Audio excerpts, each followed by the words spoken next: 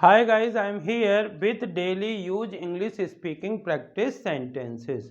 These sentences are get bad habits, not a day even, not every day only sometimes. Some talks are as, some works are as. I give you an example. Did I do you any harm? I feel bitter my mouth in such a way. It's all because of you. Dear friends, when we talk to one another, we use some sentences which mostly use in our conversation. These are some sentences. इसी प्रकार के sentences मैं आपके लिए लेके आता हूँ। तो यदि आपको इस प्रकार के सेंटेंस अच्छे लगें या आपके लिए यूजफुल लगें तो इस वीडियो को ज़्यादा से ज़्यादा लाइक करिए, शेयर करिए और यदि आप चैनल के लिए नए हैं तो प्लीज़ इसे सब्सक्राइब करिए, बेल आइकॉन को प्रेस करिए ताकि इस प्रकार के वीडियो जब भी अपलोड हों तो उनका नोटिफिकेशन आप तक पहुंच सके। देखते हैं इन सेंटेंसेस को कैसे यूज करते हैं। गेट बैड हैबिट्स, जब कोई व्यक्ति बुरी आदतें पकड़ता है तो हम उसको कहते हैं कि गेट बैड हैबिट्स, यानी बुरी आदतें लगना। उसकी बुरी आदतें लगी हैं, he get bad habit, he gets bad habits. Not a day even, जब आपको कहना हो कि किसी भी दिन नहीं, यहाँ तक कि एक दिन भी नहीं, तो हम यूज करते हैं नॉट ए डे इवन। जैसे he did not come to he did not come to me not a day even, वह यहाँ तक कि एक दिन भी मेरे पास नहीं आया। Not every day only sometimes, जब कभी कोई व्यक्ति किसी आदत के बारे में बोलता है कि क्या आप ये रोज़ करते हैं, और आप कहना चाहते हैं कि रोज़ नहीं बल्कि कभी कभार। जैसे not every day only sometimes. जैसे किसी ने कहा do you swim every day, क्या आप प्रतिदिन तैरते हैं, तो कह सकते हैं not every day only sometime, रोज़ रोज़ नहीं बल्कि कभी कभार।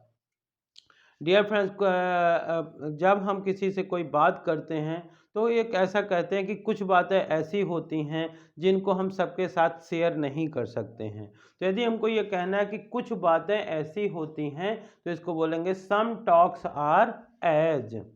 इसी प्रकार से यदि काम को बताना है कि कुछ काम ऐसे होते हैं जो केवल बड़े बुजुर्ग कर सकते हैं या कुछ काम ऐसे होते हैं जो छोटे बच्चे आसानी से कर सकते हैं, तो कुछ काम ऐसे होते हैं, इसको इंग्लिश में बोलते हैं some works are as.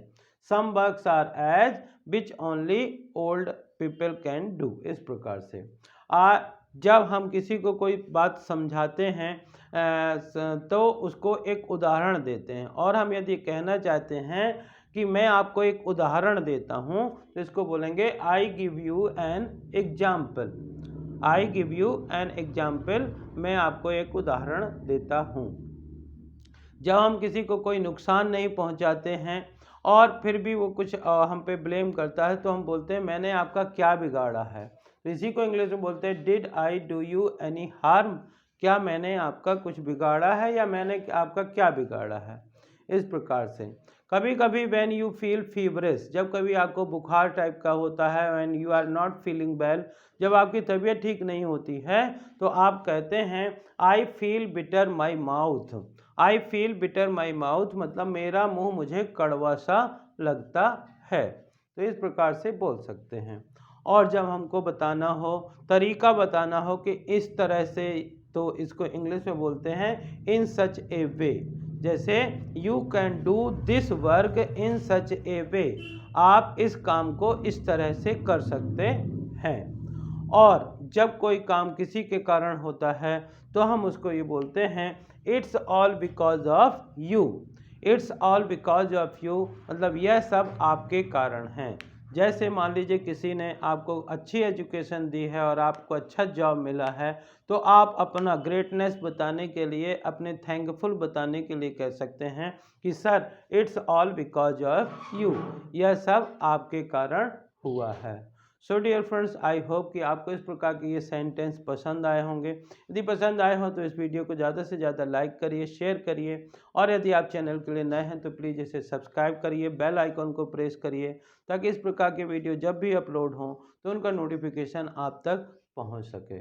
Dear friends, if you practice these sentences again and again by reading, by writing, or by listening, then you can also use these sentences in your conversation. इसी प्रकार के sentences के लिए thank you for watching.